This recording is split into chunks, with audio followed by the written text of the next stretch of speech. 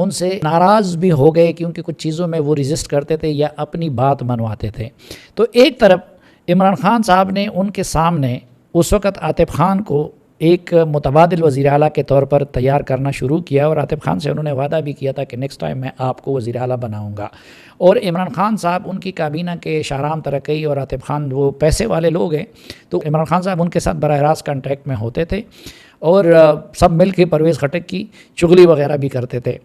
دوسری طرف یہ ہوا کہ اعظم خان صاحب وہ جب پرویز خٹک صاحب وزیر تھے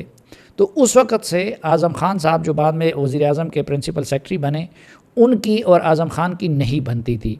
اور شروع میں انہوں نے ان کو جب وہ وزیر اعلیٰ بنے تو اعظم خان کو کڈے لائن لگا دیا۔ لیکن اعظم خان صاحب کا رابطہ ابتدائی عمران خان کے ساتھ نہیں ہوا تھا بلکہ جہانگیر ترین کے ساتھ ہوا تھا، اور جہانگیر ترین نے اعظم خان کو تھرو کرایا عمران خان صاحب سے۔ اب ظاہری بات ہے کہ عمران خان صاحب کو وہ اپنے مزاج کے مطابق لگے اور وہ یکجان دو قالب ہو گئے، اور آخر میں پھر جہانگیر ترین بھی مکافات عمل کے شکار ہوئے، کیونکہ جہانگیر ترین صاحب یہ کہتے ہیں کہ ان کو نکالنے میں اور ان کو عمران خان سے دور کرانے میں جہاں بشرا بی بی کا کردار ہے یا زلفی بخاری کا کردار ہے تو اس میں اعظم خان کا بھی بنیادی کردار تھا۔ تو بعد میں تو اعظم خان کے ساتھ بھی ان کا ٹکراؤ ہو گیا، لیکن شروع میں پرویز خٹک اور جہانگیر ترین کی دوستی خراب ہو گئی اعظم خان کی وجہ سے، اور پھر ظاہری بات ہے کہ ان کی مرضی کے خلاف اعظم خان کو چیف سیکرٹری وہاں پہ بنا دیا گیا۔ اب آپ اگر ایک ایسے شخص کو وہاں پہ چیف سیکرٹری بناتے ہیں جن کی شکل وہ دیکھنا نہیں چاہتے ہیں، تو ظاہری بات ہے کہ پرویز خٹک صاحب اس پہ ناراض تھے، لیکن عمران خان صاحب کو ریزسٹ نہیں کر سکتے تھے۔ لیکن بہرحال اس کے بعد الیکشن ہوئے، اور الیکشن میں ظاہری بات ہے کہ 2018 کے الیکشن کو تو ویسے لوگ الیکشن کہتے ہیں، عملاً تو وہ سلیکشن تھی، اور شاید تاریخ میں پہلی مرتبہ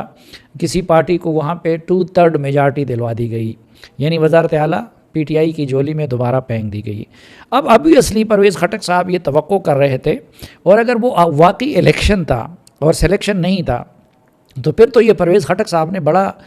یونیک کارنامہ سر انجام دیا تھا، کیونکہ خیبر پختونخوا میں جس نے ایک مرتبہ حکومت کی ہو دوبارہ وہ اقتدار میں نہیں آتے، اور وہاں پہ نہ صرف انہوں نے دوبارہ اقتدار حاصل کر لیا بلکہ پہلے ان کے پاس سمپل میجارٹی بھی نہیں تھی، اور اب کی بار ان کی قیادت میں 2/3 میجارٹی دلوا دی۔ اگرچہ اعظم خان صاحب عمران خان صاحب کو یہ کہا کرتے تھے کہ یہ میرے چیف سیکرٹری ہونے کی برکت سے آپ نے یہ حاصل کر دی ہے، لیکن حقیقتاً تو خیر وہ جو اکثریت تھی ان کو جو بھی ملی تھی وہ جس کا فیض تھا ہم سب کچھ جانتے ہیں، لیکن یہ دعویٰ پرویز خٹک صاحب کہتے تھے کہ یہ میری قیادت کی وجہ سے ہوا، اور اعظم خان صاحب عمران خان صاحب کو بتا رہے تھے کہ یہ میں چونکہ وہاں پہ چیف سیکرٹری رہا تھا تو اس لیے یہ کامیابی آپ کو ملی۔ اب پرویز خٹک صاحب یقیناً تجربہ بھی ہو گیا تھا تو نیچرلی ان کا حق بنتا تھا، اور دوسرے پھر مضبوط امیدوار اسد قیصر صاحب تھے، لیکن عمران خان صاحب نے پرویز خٹک صاحب کو وزیر اعلیٰ نہیں بنایا۔ اس دوران پرویز خٹک نے ایک کام کیا تھا، ایک دن انہوں نے اپنے گھر پہ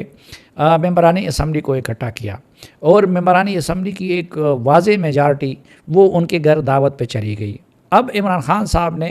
اس کام کو یا ان کی اس حرکت کو بڑی اپنی تضحیق سمجھا، اور ان کی انا بہت ہٹ ہو گئی،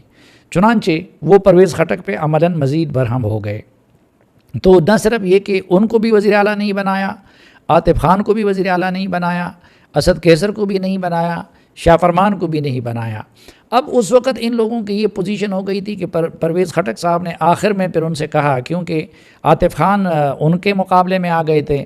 بیچ میں تیمور جھگڑا پہلی مرتبہ کسی کی برکت سے انٹر ہوئے تھے، لیکن تیمور جھگڑا کی بھی خواہش انگڑائی لینے لگی تھی، ادھر شاہ فرمان بھی خواہش مند تھے، تو یہ سب لوگ بالکل ایک دوسرے کے شدید ترین مخالف تھے۔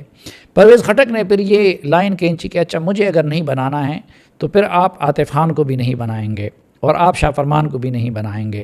تو عمران خان صاحب نے وہاں پہ محمود خان کی صورت میں ایک اپنا بزدار پلس تلاش کیا اور محمود خان صاحب کو وزیر اعلیٰ بنا دیا۔ تو اس کے بعد سے پرویز خٹک اور عمران خان کے تعلقات مزید بھی کشیدہ ہو گئے، لیکن ظاہری بات ہے کہ ان کے پاس بھی کوئی چارہ نہیں تھا اس وقت، وہ پارٹی تو چھوڑ نہیں سکتے تھے کیونکہ ان کے داماد جو تھے وہ بھی ایم این اے منتخب ہوئے تھے پی ٹی آئی کی برکت سے، اسی طرح ان کے بھائی بھی صوبائی اسمبلی میں آ گئے تھے، ابتدا میں وزیر بھی رہے، بعد میں وہ ناراض ہوئے کیونکہ وزیر اعلیٰ اور چیف سیکرٹری وغیرہ یا پرنسپل سیکرٹری وغیرہ ان کا خیال نہیں رکھتے تھے اور وہ جا کے پھر دوسری پارٹی میں چلے گئے. تو یہ سب کچھ پرویز خٹک برداشت کرتے رہے. یہاں مرکز میں ان کو شروع میں ان کی خواہش تھی کہ ان کو داخلہ کی وزارت ملے، لیکن ان کو داخلہ کی وزارت بھی نہیں دی گئی، اور ایک ایسی وزارت ان کو دی گئی جو عملاً پاکستان میں وزارت ہی نہیں سمجھی جاتی، مثلاً ان کو دفاع کا وزیر بنایا گیا. لیکن پرویز خٹک صاحب گزر اوقات کرتے رہے. اس دوران ان کے جنرل فیض کے ساتھ بھی قربت رہی، جنرل باجوہ کے ساتھ بھی قربت اپنی انہوں نے برقرار رکھی، اور صادق سنجرانی صاحب کے ساتھ بھی ان کی بڑی یاری رہی، اور عمران خان صاحب کے ساتھ اور اعظم خان صاحب کے ساتھ وہ صرف وقت گزاری کرتے رہے. اور جو یہ سٹانس عموماً یہ لوگ لیتے تھے بڑے بے لچک یا سیاسی مخالفین کے ساتھ بات نہ کرنا، تو پرویز خٹک اس کے حق میں نہیں تھے. تو جب کوئی پولیٹیکل فرنٹ پہ پرابلم آ جاتا تھا تو عمران خان صاحب پھر پرویز خٹک کو آگے کر لیتے تھے، یعنی ان سے تو ٹربل شوٹر کا کام لے لیتے تھے، لیکن نہ ان کو اچھی وزارت دے رہے تھے اور نہ ان کو پراپر عزت دے رہے تھے. مثلاً اب اسمبلی میں جب شہباز شریف خطاب کرتے یا پھر بلاول خطاب کرتے یا زرداری خطاب کرتے تو اصولی طور پر انہوں نے یہ چاہیے تھا کہ جواب میں پھر پرویز خٹک جیسے سینئر لوگوں کو فلور دیا جائے، لیکن عمران خان صاحب نے اسد کیسر کو پابند کیا تھا کہ اس کے بعد وہ مراد سعید صاحب کو خطاب کا موقع دیں گے یا جواب دینے کا موقع دیں گے، اور کبھی بھی پرویز خٹک صاحب کی یہ عزت افزائی نہیں کی گئی. بہرحال وقت گزرتا رہا. اب پھر جب فوج کے ساتھ تعلقات خراب ہو گئے تو عمران خان صاحب چونکہ دل سے پرویز خٹک کو فوج کے قریب سمجھتے تھے، تو جو آنا جانا یہ چیزیں ہوتی رہیں تو اس میں بھی انہوں نے پرویز خٹک صاحب کو استعمال کیا. اور 9 مئی تک پرویز خٹک صاحب ان کے ساتھ تھے، کیونکہ یہ جو امریکی سازش کا جھوٹا بیانیہ عمران خان صاحب نے اپنا لیا تھا تو اس کی وجہ سے ان کی پاپولیرٹی کا گراف اوپر چلا گیا تھا. اور پرویز خٹک ہو یا اسد کیسر ہو یا کوئی بھی ہو، اگرچہ شاہ فرمان صاحب بھی فوج سے ٹکراؤ لینے کے شدید ترین مخالف تھے اور وقتاً فوقتاً وہ اس کا اظہار بھی کرتے رہے، لیکن عمران خان صاحب اپنی لائن پہ چلتے رہے. تو 9 مئی کے بعد پرویز خٹک صاحب کا ظاہری بات ہے کہ عمران خان کے ساتھ چلنا تقریباً ناممکن ہو گیا تھا. اب فوج کے ساتھ اس قربت کی وجہ سے پرویز خٹک کو گرفتار بھی نہیں کیا گیا، اور کچھ عرصہ قبل انہوں نے صرف اس حد تک تو پریس کانفرنس کر لی کہ جو پارٹی کے عہدے سے استعفیٰ دے دیا. لیکن میری معلومات کے مطابق اس دوران پرویز خٹک صاحب لگے ہوئے تھے اور وہ یہ کوشش کر رہے تھے کہ باقی سب لوگوں کو اپنے ساتھ پہلے جمع کر لے اور اس کے بعد کوئی اناؤنسمنٹ کر لے. وہ شاہ فرمان کے ساتھ بھی رابطے میں رہے، وہ اسد کیسر کے ساتھ بھی رابطے میں رہے. ابھی تو اسد کیسر صاحب اپنے آپ کو ان سے ڈسٹینس کر رہے ہیں، لیکن آپ کو یاد ہوگا کہ جب پرویز خٹک صاحب کسی نامعلوم جگہ پہ پریس کانفرنس کر رہے تھے تو اس وقت ان کے ساتھ اسد کیسر صاحب بھی بیٹھے ہوئے تھے. اور اسی طرح شروع میں شاہرام ترقی اور باقی جو لوگ تھے انہوں نے بھی پرویز خٹک کے ساتھ اپنے آپ کو نتی کیا تھا، اور شاید ان کا ایک مقصد یہ تھا کہ وہ وقتی طور پر اپنے آپ کو ریاست کی غیظ و غضب سے بچانا چاہتے تھے. پرویز خٹک صاحب کی شروع میں یہ کوشش تھی کہ وہ پی ٹی آئی ہی کے نام سے اپنا ایک الگ دڑا بنائیں، لیکن ظاہر ہے کہ ریاست کی یہ پالیسی ہے کہ نہ پی ٹی آئی کا نام ہونا چاہیے اور نہ عمران خان سے کوئی وابستگی ہونی چاہیے. پھر ان کی دوسری کوشش یہ رہی کہ وہ پی ٹی آئی کے ان تمام لوگوں کو اکٹھا کرے اور استحکام پاکستان پارٹی سے الگ اپنے صوبے کی سطح پہ کوئی پارٹی بنا دے. اور لیکن اس منصوبے میں کافی سارے لوگ ان سے پھر پہلے انہوں نے پرویز خٹک کو ڈھال بنائے رکھا، لیکن میری معلومات کے مطابق اب اسد کیسر بھی ان سے پیچھے ہٹ گئے ہیں. اور شاہ فرمان صاحب تو یہ کہتے ہیں کہ بھائی میں تو نہ اسمبلی کا الیکشن لڑوں گا نہ اور کچھ کروں گا، تو وہ بھی پرویز خٹک کو قائد ماننے کو تیار نہیں ہیں. لیکن ابھی بھی بہت بڑی تعداد میں ایکس ایم پی ایز یا ایکس ایم این ایز وہ پرویز خٹک صاحب کے زیر سایہ ہیں اور ان کو اپنا لیڈر مان رہے ہیں یا اپنا مستقبل کا اختیار پرویز خٹک صاحب کو دے دیا ہے. اور اس میں